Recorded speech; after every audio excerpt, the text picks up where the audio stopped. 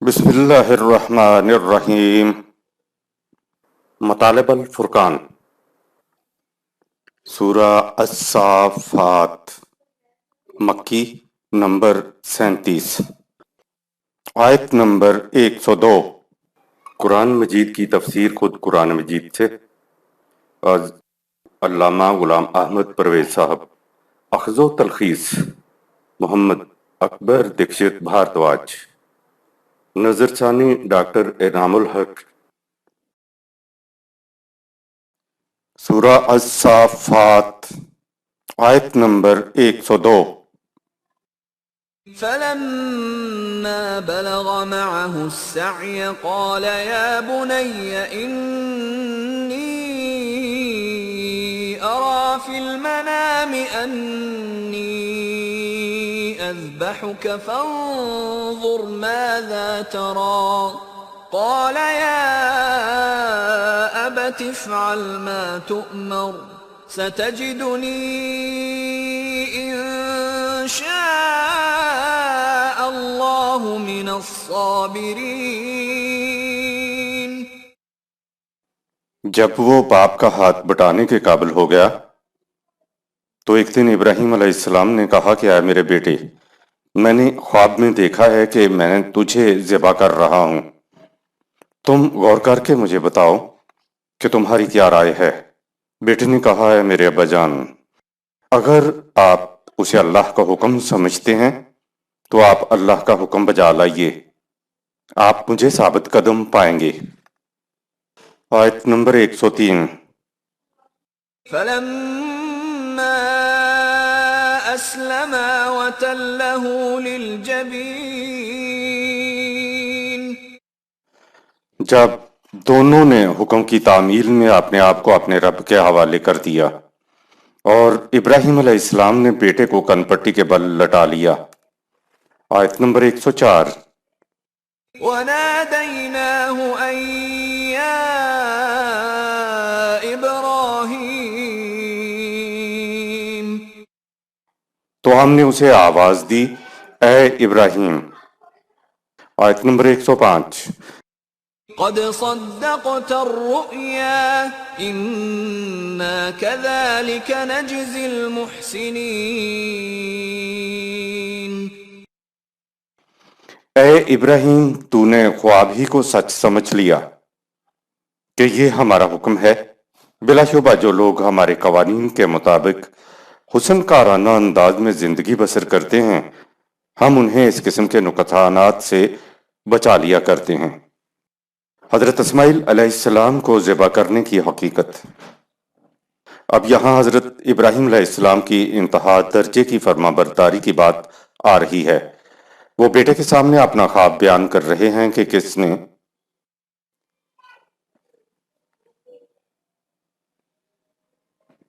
وہ بیٹے کے سامنے اپنا خواب بیان کر رہے ہیں کہ بیٹا، میں نے خواب دیکھا ہے کہ میں تجھے ذبح کر رہا ہوں۔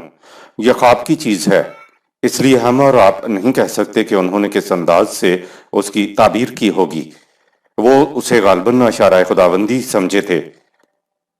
قرآن کریم میں یہ کہیں نہیں ہے کہ خدا نے ان کو ایسا کرنے کا حکم دیا تھا۔ قرآن میں بس اتنا ہی ہے کہ انہوں نے خواب دیکھا۔ بیٹے نے خواب سن کر کہا کہ اے میرے ابا جان، اگر آپ اسے اللہ کا حکم سمجھتے ہیں تو میں ذبح ہونے کے لیے تیار ہوں۔ بیٹے کے الفاظ ہیں کہ اگر یہ آپ کو خدا کا حکم ہے تو پھر آپ اس کو بجا لائیے، آپ مجھے ثابت قدم پائیں گے۔ قرآن کریم میں چند مقامات پر یہ بات آئی ہے اور اسی طرح آئی ہے کہ یہ حکم کی بات نہیں ہے، یہ خواب کی بات تھی جسے ابراہیم علیہ السلام نے اشارہ خداوندی سمجھ لیا۔ دونوں باپ بیٹوں نے اس کو حکم یا کم از کم اشارہ سمجھ کر سر تسلیم خم کر دیا۔ سورہ 37 آیات 104 105 سے ظاہر ہو رہا ہے کہ یہ خدا کا حکم نہیں تھا۔ حضرت ابراہیم علیہ السلام نے اپنے خواب کی خود ہی تعبیر نکالی کہ مجھے ایسا کرنا چاہیے۔ خدا کا پروگرام بھی عجیب و غریب ہے کہ ابراہیم علیہ السلام کو پہلے ہی نہیں کہہ دیا کہ یہ خواب کی بات ہے، تم خواہ مخواہ اس کو سچ سمجھ رہے ہو۔ بیٹے کو لٹانے کے بعد اگلا مرحلہ چھری چلانے کا تھا، تو کہا وَنَادَيْنَاهُ أَن يَا إِبْرَاهِيمُ، قد صدقت رویا، سورہ 37 آیات 104 105۔ ہم نے پکارا اے ابراہیم علیہ السلام، تو نے خواب کو سچا ہی سمجھ لیا۔ اگر خدا کی طرف سے حکم یا اشارہ ہوتا تو اس مقام تک پہنچ جانے کے بعد یہ کہنا کہ یہ تمہارا خواب تھا، تم نے سچ مچ ہی سچا کر دکھایا، تو یہ بات نہیں کہی جا سکتی تھی۔ اگر یہ حکم ہوتا تو تعمیل ارشاد کے بالکل قریب پہنچ جانے پر یہ کہا جاتا کہ اے ابراہیم، تم نے فرمانبرداری کا ثبوت دیا ہے، اللہ تمہیں خوش رکھے۔ یہ نہیں کہا گیا، بلکہ کہا گیا کہ تم نے خواب ہی کو سچا سمجھ لیا۔ جو لوگ خدا کی اطاعت میں اس قدر حسن و توازن پیدا کر لیتے ہیں، ان کو خدا اسی طرح سے بدلہ دیا کرتا ہے کہ وہ نقصان سے محفوظ رہتے ہیں۔ نبی رسول کی 3 حیثیتیں: نمبر 1 نبوت و رسالت، نمبر 2 کردار، اور نمبر 3 معاملات کی وضاحت۔ نبی اور رسول ایک ہی شخصیت ہوتی تھی۔ جب وہ وحی وصول کرتا تھا تو وہ نبی ہوتا تھا، اور جب وہ لوگوں تک وحی پہنچاتا تھا تو وہ رسول ہوتا تھا۔ پہلی حیثیت میں نبی اور رسالت کے منصب میں خدا کا نبی رسول کوئی غلطی نہیں کرتا تھا، کیونکہ اس میں اس کی اپنی فکر کا، اپنے شعور کا، اپنے کسب و ہنر کو کوئی دخل نہیں ہوتا تھا۔ اس حیثیت میں وہ خدا سے وحی وصول کرتا اور اسے جوں کا توں آگے پہنچا دیتا تھا، خود بھی اس پر ایمان لاتا اور دوسروں سے بھی ایمان کا مطالبہ کرتا تھا۔ ایک نبی رسول کی دوسری حیثیت کرداری ہوتی تھی کہ وہ خدا کے احکام کی کبھی دانستہ معصیت یا خلاف ورزی نہیں کرتا تھا، ان سے سرکشی نہیں برتتا تھا، اس لحاظ سے وہ معصوم ہوتا تھا۔ یہ حیثیت اس کی بلندی کردار اور حسن سیرت ہوتی تھی۔ ایک نبی رسول کی تیسری حیثیت باقی معاملات میں آتی تھی۔ مثلاً وہ معاملات کو اجتہاد کے ذریعے، قیاسات کے ذریعے سے طے کرتا تھا، لیکن اس حیثیت میں وہ ایک نبی رسول کی حیثیت میں اجتہاد، تدابیر اور قیاسات نہیں کر رہا ہوتا تھا، ایک بشر کی حیثیت میں کر رہا ہوتا تھا۔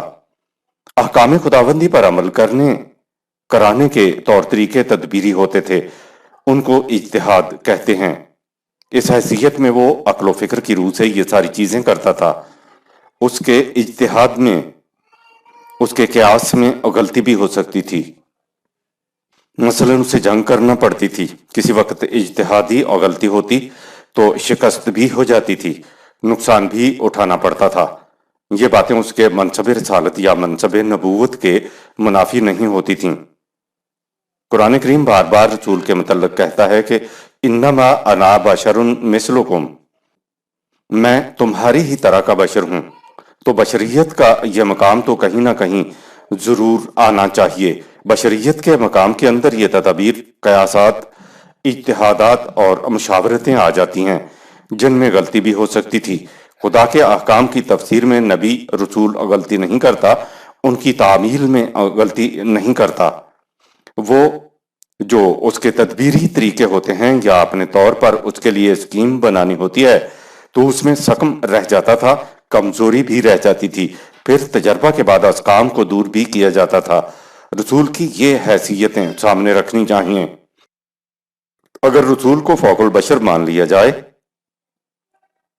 تو اس کا اسوہ ہمارے لیے رہنما نہیں بن سکتا۔ ہم کہہ سکتے ہیں کہ وہ تو فوق البشر تھا، اس نے خدا کی اطاعت کر کے دکھا دی، ہم تو بشر ہیں، یہ ہم کیسے کر سکتے ہیں؟ خواب وحی یا حکم نہیں ہوتا۔ بخاری کی روایت کے مطابق آپ صلی اللہ علیہ وسلم نے خواب دیکھا کہ آپ صحابہ اکرام رضوان اللہ علیہم کی جماعت کے ساتھ حج کرنے تشریف لے جا رہے ہیں، اور آپ نے حج کیا۔ آپ صلی اللہ علیہ وسلم نے یہ بات عام کر دی۔ آپ حج کے ارادے سے روانہ ہوئے تو بہت سے صحابہ اکرام بھی ساتھ ہو لیے۔ مکہ سے ایک منزل پہلے ہی قریش نے روک لیا کہ آگے نہیں بڑھنے دیں گے۔ صلح حدیبیہ ہوا کہ اس سال تو آپ حج کے بغیر ہی واپس چلے جائیں گے۔ صلح حدیبیہ ہوا کہ اس سال تو آپ حج کیے بغیر ہی واپس چلے جائیں اور اگلے سال آ کر حج کریں، اور آپ صلی اللہ علیہ وسلم صحابہ کرام کے ساتھ بغیر حج کیے واپس آئے تو خواب تو صحیح نہ نکلا۔ صحابہ کرام رضوان اللہ علیہم کے پوچھنے پر آپ صلی اللہ علیہ وسلم نے فرمایا کہ میں نے یہ تو نہیں دیکھا تھا کہ اسی سال حج کروں گا۔ ظاہر ہوتا ہے کہ رسول اللہ صلی اللہ علیہ وسلم کے دل میں حج کرنے کی شدت کے ساتھ آرزو تھی۔ ایسی آرزویں انسان کے نفس غیر شعوریہ کے اندر چلی جاتی ہیں۔ سوتے میں انسان کا شعور تو معطل ہو جاتا ہے، تو پھر تمنائیں، آرزویں، حسرتیں جو پوری نہ ہوئیں وہ خواب کی شکل میں آ جاتی ہیں۔ خواب کی بس اتنی سی حقیقت ہے۔ رسول اللہ صلی اللہ علیہ وسلم کو حج کرنے کی شدت سے آرزو تھی، وہ خواب کی شکل میں آ گئی۔ خواب میں یہ نہیں کہا گیا کہ حج اسی سال ہوگا۔ بعد میں جب آپ صلی اللہ علیہ وسلم نے حج کیا ہے تو کہا کہ خدا نے ہمارے خواب کو سچ کر دکھایا۔ ہمارے کہنے کا مطلب یہ ہے کہ خواب خدا کے احکام نہیں ہوتے۔ اس کی تعبیر میں نبی کا قیاس ہوتا ہے تو یہ قابل اعتراض بات نہیں ہوتی۔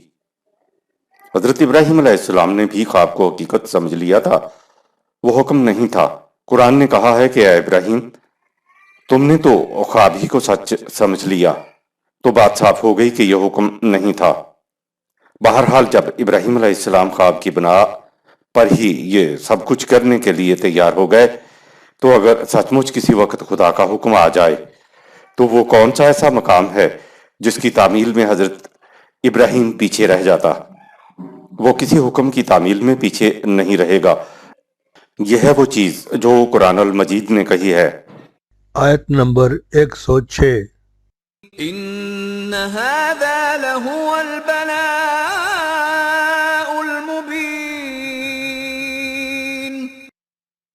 بے شک یہ ابراہیم علیہ السلام کا کھلا امتحان تھا جس میں وہ پورے اترے۔ آیت نمبر 107۔ وفديناه بذبح عظيم۔ اور ہم نے بیٹے کو ایک بہت بڑی قربانی کے عوض بچا لیا۔ عظیم قربانی سے کیا مراد ہے؟ عظیم قربانی یہ تھی کہ خدا اس کے سپرد اپنے گھر کی پاسبانی عطا کرنے والا تھا۔ یہ جو عرب کی بے برگ و گیاہ زمین میں قائم ہونا تھا، خدا کے اس گھر نے دنیا بھر کے توحید پرستوں کا مرکز بننا تھا۔ سورہ 14 آیت 37۔ ایسی بے برگ و گیاہ سرزمین میں خدا کے تجویز کردہ انسانیت کے مرکز کی خاطر صعوبتوں کے ساتھ زندگی بسر کرنے کو خدا نے عظیم قربانی کہا ہے۔ چھری کے ساتھ قربانی تو 1 منٹ میں ختم ہو جانا تھی، لیکن یہ قربانی تو عمر بھر کی تھی اور نسل در نسل اس کی ضروریت کے لیے تھی۔ تیل نکلنے سے پہلے تک صعوبتوں بھری زندگی تھی۔ اس قربانی کے نتائج مرکز امت کعبہ کی شکل میں قیامت تک رہیں گے، اس لیے اسے بے ذبح عظیم کہا گیا ہے۔ قربانی کے سلسلے میں جو تفاصیل ہمیں روایات اور تفاسیر میں ملتی ہیں وہ تورات سے لی گئی ہیں۔ قرآن میں صرف یہی کچھ ہے جو اوپر بیان کیا گیا ہے۔ آیت نمبر 108۔ وَتَرَكْنَا عَلَيْهِ فِي الْآخِرِينَ۔ اور ہم نے عظیم قربانی کو یعنی تولیت کعبہ کو اس کی آئندہ نسلوں میں جاری رکھا۔ آیت نمبر 109۔ سلام علی ابراہیم۔ اس طرح ابراہیم علیہ السلام کو زندگی کے ہر مرحلے میں سلامتی نصیب ہوتی رہی۔ حضرت ابراہیم علیہ السلام کو سلامتی کا بلند مقام بہت سے مراحل سے گزرنے کے بعد ملا۔ اس کو سمجھنے کے لیے ہمیں حضرت ابراہیم علیہ السلام کی ابتدائی زندگی سے شروع کرنا ہوگا کہ وہ کس طرح سے زندگی کی ہر منزل سے سلامتی کے ساتھ گزرے۔ مذہبی پیشوا باپ اور پوری قوم سے کہہ دیا کہ تم اپنے ہاتھوں سے تراشیدہ بتوں کی کیوں پوجا کرتے ہو؟ پھر بادشاہ نمرود کے سامنے بھی حق کی آواز کو بلند کیا اور اس کو بکھلا کے رکھ دیا۔ ان کی ستارہ پرستی اور بت پرستی سے بیزاری ظاہر کی۔ موقع پا کر بتوں کو توڑ دیا۔ مذہبی پیشوائیت نے عوام کو ان کے خلاف اٹھا کھڑا کیا۔ انہوں نے پکڑو مارو جلاؤ کا شور برپا کر دیا۔ اپنے وطن کو چھوڑ کر ہجرت کی۔ دعاؤں سے بیٹا اسماعیل ملا۔ خواب کو اللہ کا حکم سمجھ کر اسے ذبح کرنے چل پڑے، یہاں تک کہ خدا کو کہنا پڑا کہ اے ابراہیم، تم تو خواب ہی کو سچ سمجھ بیٹھے۔ عالمگیر مرکز کعبہ کی بنیاد رکھی اور اپنی ذریت کے ایک حصے کو وادی غیر ذی زرع زمین میں جا بسایا۔ حضرت ابراہیم علیہ السلام کی زندگی میں بڑے بڑے کٹھن مراحل آئے، لیکن ان میں سے قوانین خداوندی پر عمل کرتے ہوئے سلامتی کے ساتھ گزر گئے۔ یہ ہے سلامتی کا وہ بلند مقام جس کا ذکر قرآن نے اس آیت میں کیا ہے۔ یہ جو روایات کی روح سے کہا جاتا ہے کہ حضرت ابراہیم علیہ السلام نے 3 جھوٹ بولے تو یہ غلط ہے۔ کیا ایسی شخصیت کو جو جھوٹ بولے خدا قیامت تک آنے والی انسانیت کے لیے اسوہ قرار دے سکتا ہے؟ قطعاً نہیں۔ کہا وَاتَّخِذُوا مِن مَّقَامِ إِبْرَاهِيمَ مُصَلًّى، سورہ 2 آیت نمبر 125۔ زندگی کی ہر دوڑ میں آگے بڑھنے کی کوشش نہ کرو، بلکہ مقام ابراہیمی والے مصلی پر دوڑ کر آگے بڑھنے کی کوشش کرو۔ مصلی کسے کہتے ہیں؟ مصلی کہتے ہیں گھوڑوں کی دوڑنے کی جگہ کو، یعنی گھوڑوں کے دوڑنے کا ریس کورس۔ کہا یہ گیا ہے کہ ابراہیمی راستے کو اپنا لو۔ ہم نے کعبہ میں ایک خاص مقام پر نماز پڑھنے کو وَاتَّخِذُوا مِن مَّقَامِ إِبْرَاهِيمَ مُصَلًّى، سورہ 2 آیت 125 بنا لیا ہے اور سمجھ لیا کہ آیت پر عمل ہو گیا، حالانکہ یہ تو اسوہ ابراہیمی پر عمل کرنے والی بات تھی۔ آیت نمبر 110۔ كذلك نجزي المحسنين۔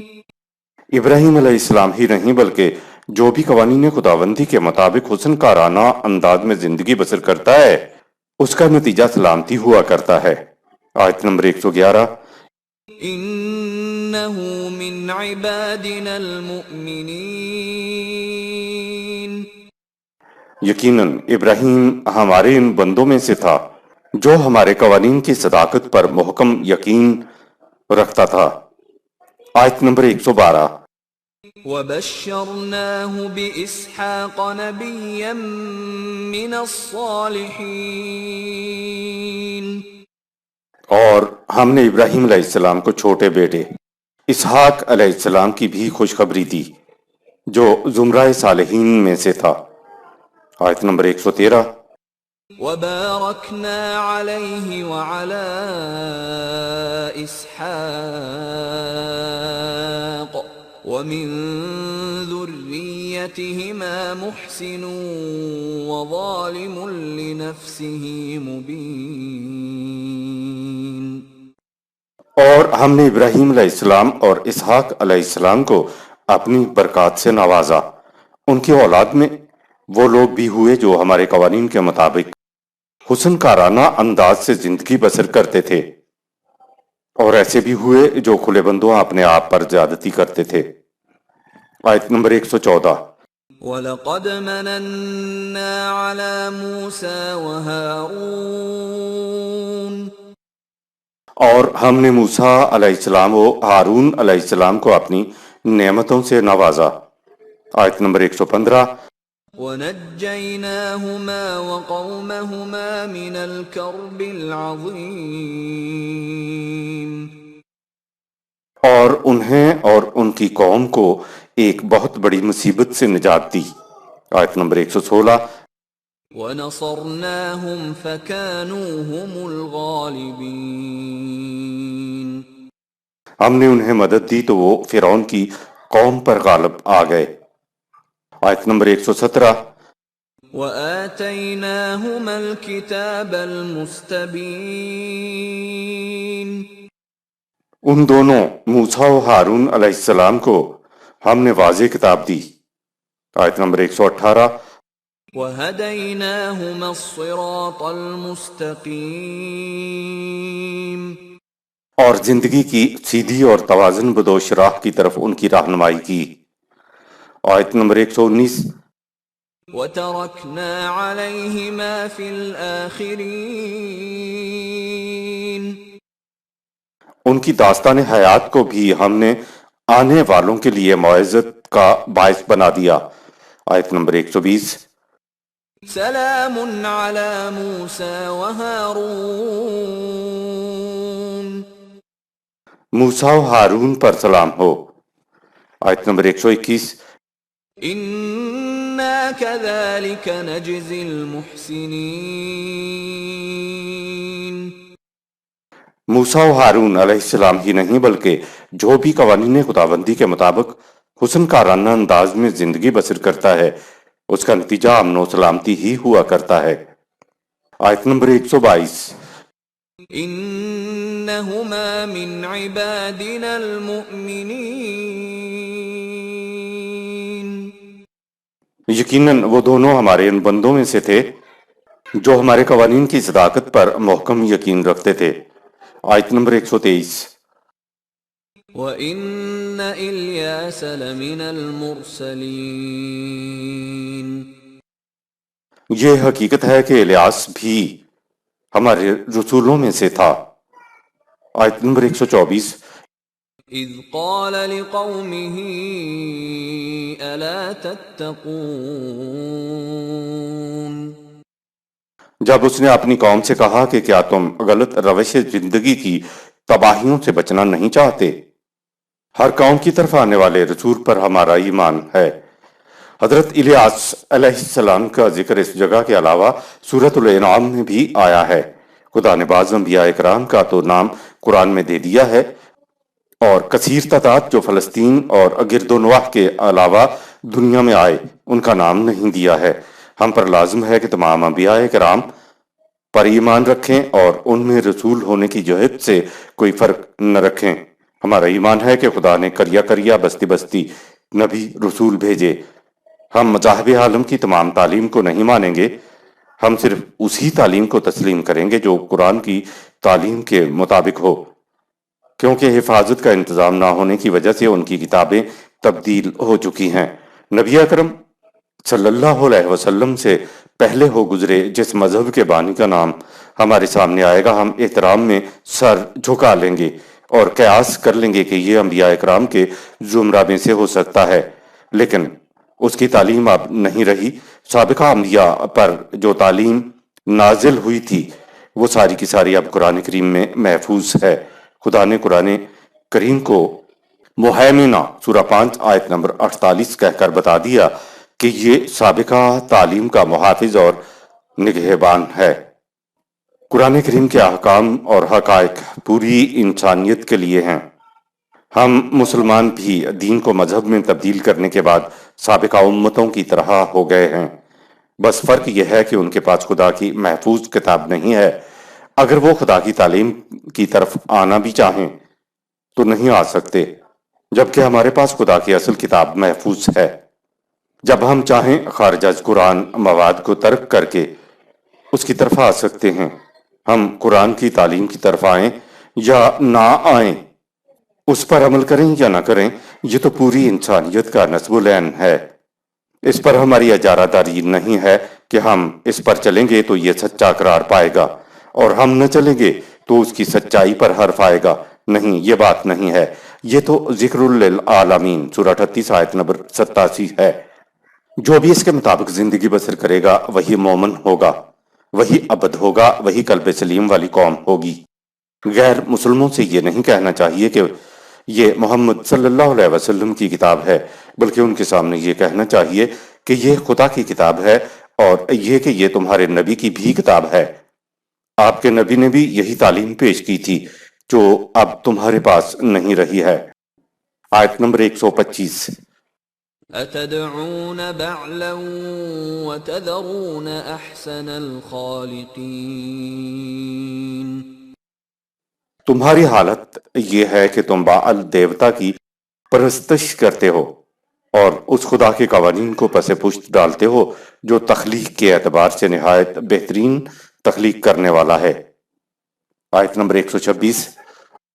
اللہ ربکم ورب آبائکم الاولین یعنی اس خدا کے قوانین کی اطاعت نہیں کرتے جو تمہارا بھی رب ہے اور تمہارے آباء و اجداد کا بھی۔ حضرت الیاس علیہ السلام کی قوم بعال کی پرستش کرتی تھی۔ تورات کے بیان کے مطابق حضرت الیاس علیہ السلام کا زمانہ حضرت عیسیٰ علیہ السلام سے 900 سال قبل کا ہے۔ اصل حقیقت خدا جانتا ہے۔ ان کے ہاں بعل دیوتا بت کی پوجا ہوتی تھی۔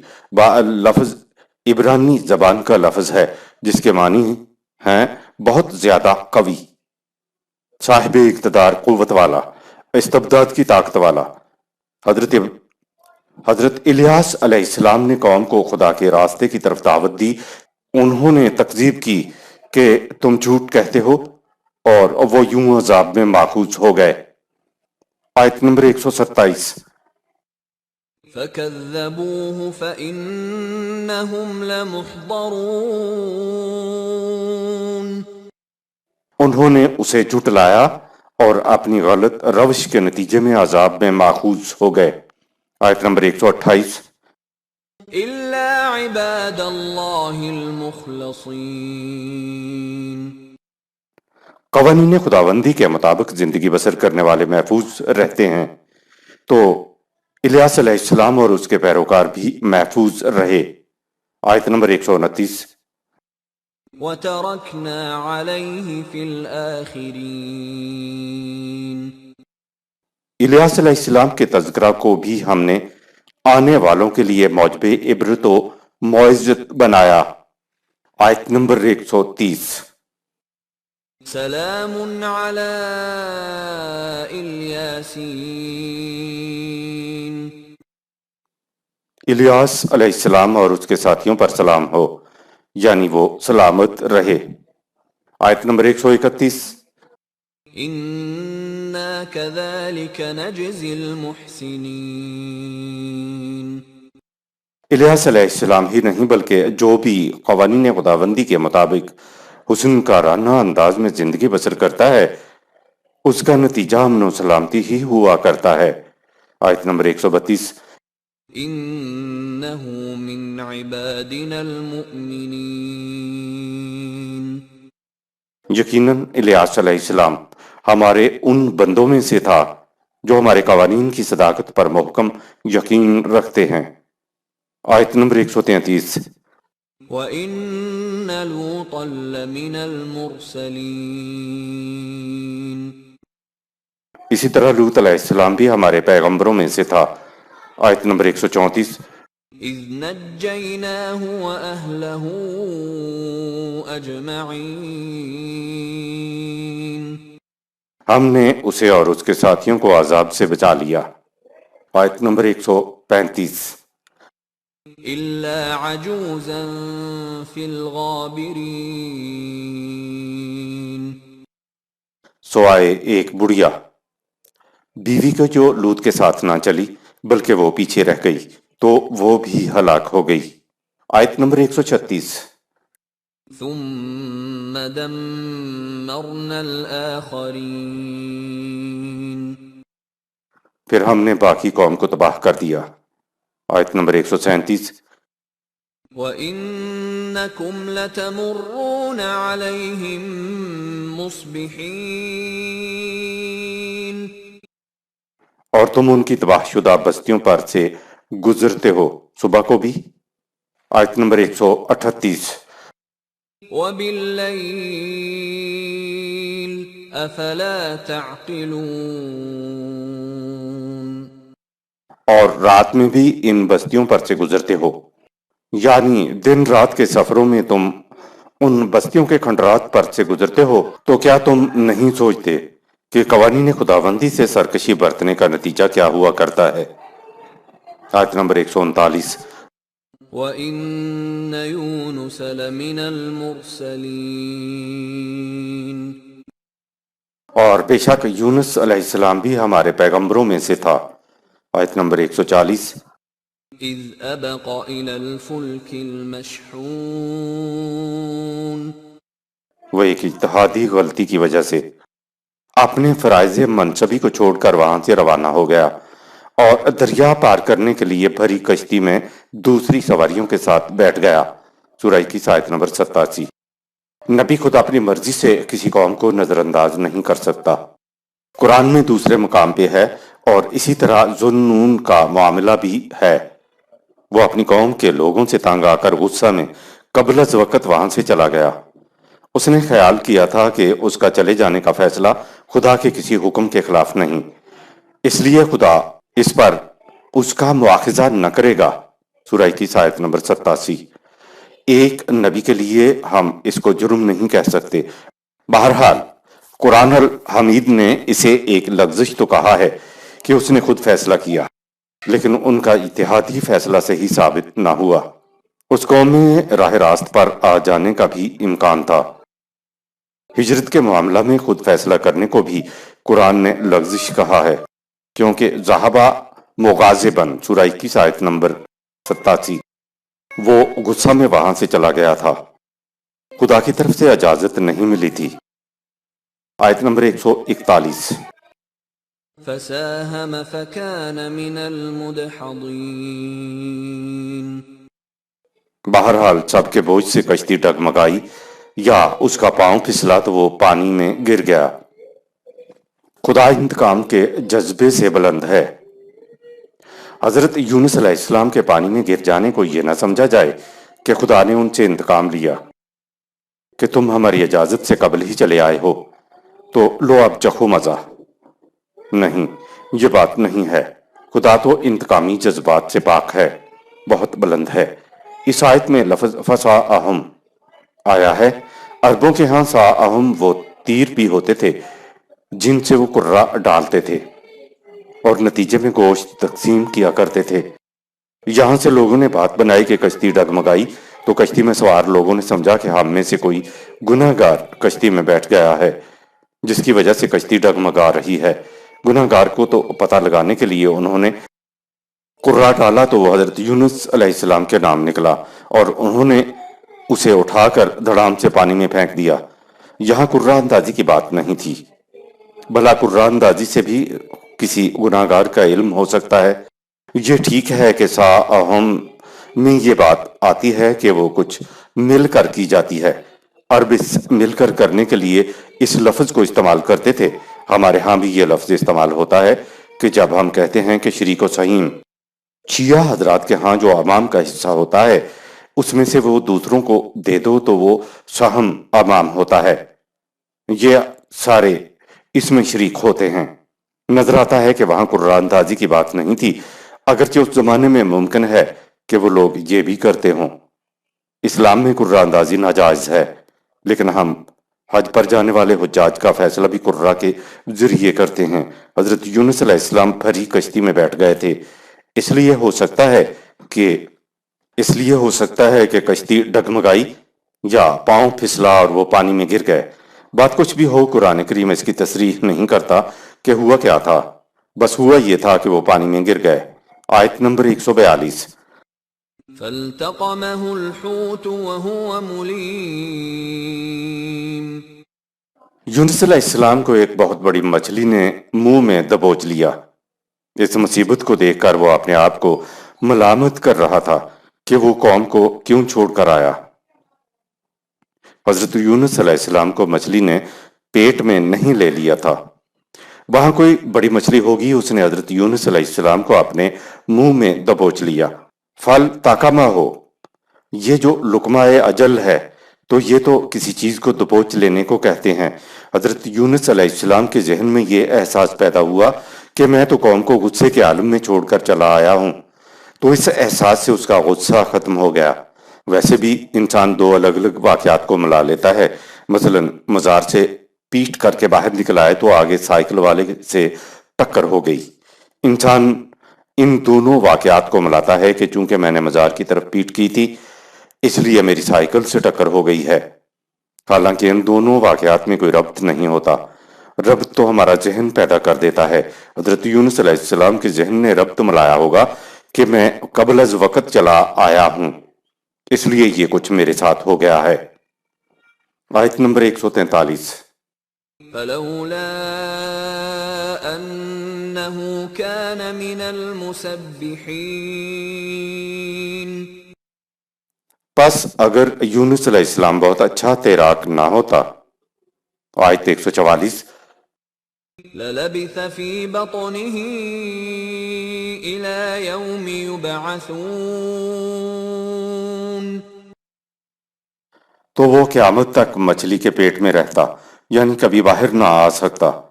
حضرت یونس علیہ السلام اچھا تیراک ہونے کی وجہ سے مچھلی کے منہ سے چھڑا کر نکلایا تھا۔ کانا من المسبحین، سورہ 37 آیت نمبر 143۔ وہ اچھے تیراکوں میں سے تھا۔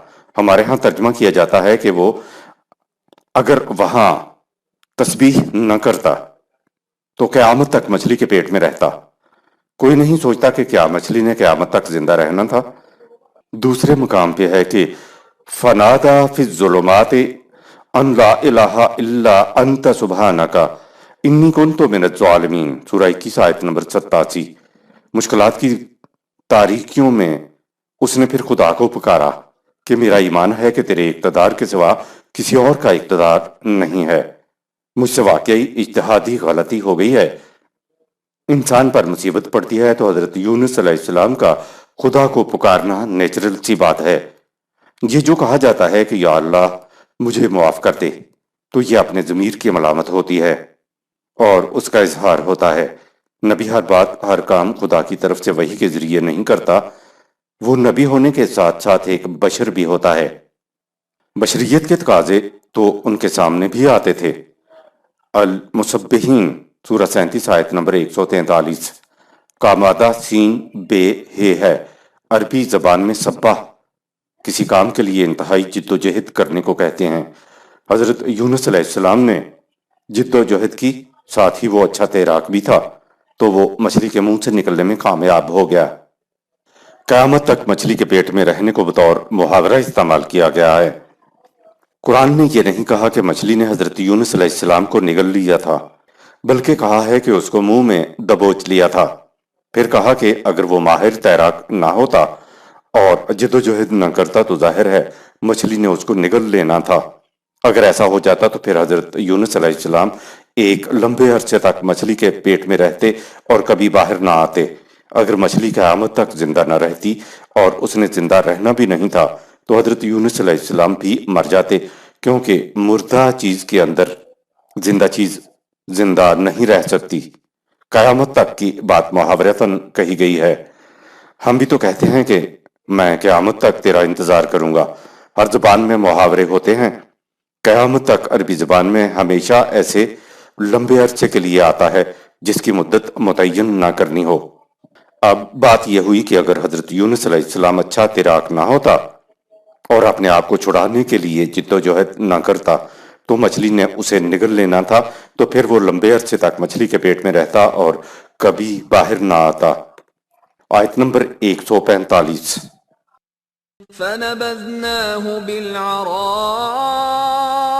وهو سقيم ہم نے اسے دریا کے کنارے کھلے میدان میں ڈال دیا، سورہ 68 آیت 49۔ مچھلی کے منہ سے آزاد کرانے کی جد و جہد میں وہ بڑا کمزور ہو گیا تھا۔ خدا نے حضرت یونس علیہ السلام کو کنارے پر نہیں ڈالا تھا، وہ خود اپنی جد و جہد سے باہر آیا تھا۔ انسان جو کام بھی طبعی قوانین کے مطابق کرتا ہے اس کے نتیجے کو خدا اپنی طرف منسوب کر لیتا ہے۔ حضرت یونس علیہ السلام نے اپنے آپ کو خود جد و جہد کر کے مچھلی کے منہ سے چھڑایا اور پھر وہ کنارے پر موجود میدان میں آ گئے۔ حضرت یونس علیہ السلام کی جد و جہد کے نتیجے میں کنارے پر آنے کو خدا نے اپنی طرف منسوب کر کے کہا، ہم نے اسے دریا کے کنارے کھلے میدان میں ڈال دیا۔ اگر حضرت یونس علیہ السلام طبعی قوانین کے مطابق جد و جہد نہ کرتے تو وہ باہر نہیں آ سکتے تھے۔ حضرت یونس علیہ السلام قوم کی طرف واپس گئے تو قوم ایمان لے آئی، سورہ 10 آیت نمبر 98۔ آیت نمبر 146۔ وَأَنبَتْنَا عَلَيْهِ شَجَرَةً مِّن يَقْطِينٍ اس نے ایک بڑے بڑے پتوں والے شجر کے سائے میں جا کر آرام کیا تو اس کی حالت سنبھلی۔ آیت نمبر 147۔ وَأَرْسَلْنَاهُ إِلَى 100,000 أَوْ يَزِيدُونَ اور ہم نے اسے پھر رسول کی حیثیت سے اس کی قوم کی طرف بھیج دیا۔ وہ بہت بڑی قوم تھی، جس کی تعداد 1,00,000 بلکہ اس سے بھی زیادہ تھی۔ آیت نمبر 148۔ فآمنوا فمتعناهم إلى حين قوم ہمارے قوانین پر ایمان لے آئی تو ہم نے انہیں ایک مدت معینہ تک زندگی کے ساز و سامان سے نوازا۔ انبیاء کی داستانیں یہاں ختم ہو گئیں۔ آیت نمبر 149۔ فاستفتهم ألربك البنات ولهم البنون اقوام سابقہ کے باطل عقائد کا انجام سنانے کے بعد اے رسول تم اپنی قوم سے پوچھو کہ کیا تم بھی باطل عقائد کی روح سے خدا کے لیے بیٹیاں بتاتے ہو اور خود اپنے لیے بیٹے؟ سورہ 16 آیت 50۔ آیت نمبر 150۔ أم خلقنا الملائكة إناثا وهم شاهدون کیا ہم نے فرشتوں کو عورتیں بنایا ہے اور کیا تم فرشتوں کو بناتے وقت سامنے موجود تھے؟ آیت نمبر 151۔ ألا إنهم من إفكهم ليقولون آگاہ ہو جاؤ کہ یہ لوگ بس یوں ہی اپنے من سے باتیں گھڑ کر بیان کرتے ہیں۔ آیت نمبر 152۔ ولد الله وإنهم لكاذبون اس سے بڑا جھوٹ کوئی اور نہیں کہ خدا کی اولاد ہے۔ آیت نمبر 153۔ أصطفى البنات على البنين یہ بھی جھوٹ ہے کہ اس نے بیٹوں پر بیٹیوں کو ترجیح دی، اس کی تو سرے سے اولاد ہی نہیں ہے۔ آیت نمبر 154۔ ما لكم كيف تحكمون تمہیں کیا ہو گیا ہے کہ تم اپنے من سے اس قسم کے فیصلے کرتے رہتے ہو؟ آیت نمبر 155۔ افلا تذكرون کیا تم سوچتے سمجھتے نہیں؟ آیت نمبر 156۔ ام لكم سلطان مبين کیا تمہارے پاس ان بیہودہ عقائد کے لیے کوئی واضح سند ہے؟ سب سے پہلے اسلامی کا مفہوم معلوم کرنا ہوگا۔ اکثر ہم سنتے رہتے ہیں اسلامی مملکت، اسلامی قانون، اسلامی شریعت، اسلامی نظام، اسلامی معاشرہ، لیکن اس سے لفظ اسلامی کا متعین مفہوم ہمارے ذہن میں نہیں آتا۔ زیادہ سے زیادہ کچھ آتا بھی ہے تو یہ کہ جیسے مولوی کہہ دے اسلامی ہے تو وہ اسلامی ہوتا ہے۔ اگر ہم نے لفظ اسلامی کو مبہم رکھا تو جس کا جی چاہے کسی چیز کو اسلامی کہہ لے اور جس کا جی چاہے کسی چیز کو غیر اسلامی کہہ لے۔ بات یہ نہیں ہے، بلکہ ایک کسوٹی، ایک پرکھ، ایک سند ہونی چاہیے جس کی بنا پر ہم کسی چیز کو اسلامی یا غیر اسلامی کہہ سکیں۔ اس کسوٹی کو یا اس پرکھ کو قرآن سلطان مبین سورہ 37 آیت نمبر 136 کہتا ہے۔ یہ کسوٹی، یہ پرکھ، یہ اتھارٹی، یہ سند مبہم نہ ہو بلکہ واضح ہونا چاہیے۔ ظاہر ہے کہ ایسی سند صرف خدا کا کلام ہے۔ جب کسی نظریہ، فکر یا مسلک کو یہ دیکھنا ہو کہ یہ اسلامی ہے یا غیر اسلامی تو ہمیں اس کے لیے قرآن سے سند لانی چاہیے۔ اس سے کم سند کسی چیز کو اسلامی یا غیر اسلامی قرار نہیں دے سکتی۔ سند اور حجت اور معیار خدا کی کتاب ہے۔ اس کی سند کے ساتھ کہو کہ یہ اسلامی ہے اور وہ غیر اسلامی ہے۔ یہ بات معاذ اللہ ہم نے خود وضع نہیں کی ہے۔ قرآن نے کہا ہے وَمَن لَّمْ يَحْكُم بِمَا أَنزَلَ اللَّهُ فَأُولَٰئِكَ هُمُ الْكَافِرُونَ سورہ 5 آیت نمبر 44۔ جو بما انزل اللہ یعنی قرآن کے مطابق حکومت نہ کریں، فیصلہ نہ دیں، حکم نہ دیں، وہ کافر ہیں اور ان کا عمل کفر ہے۔ کفر اور اسلام میں حد امتیاز ہی بما انزل اللہ ہے، جو اس کے مطابق ہے وہ اسلامی ہے اور جو اس کے مطابق نہیں وہ غیر اسلامی ہے۔ اگر قرآن کو بیچ میں نہیں لایا جائے گا تو ہر کوئی اپنے قول، فعل اور رائے کو اسلامی کہے گا۔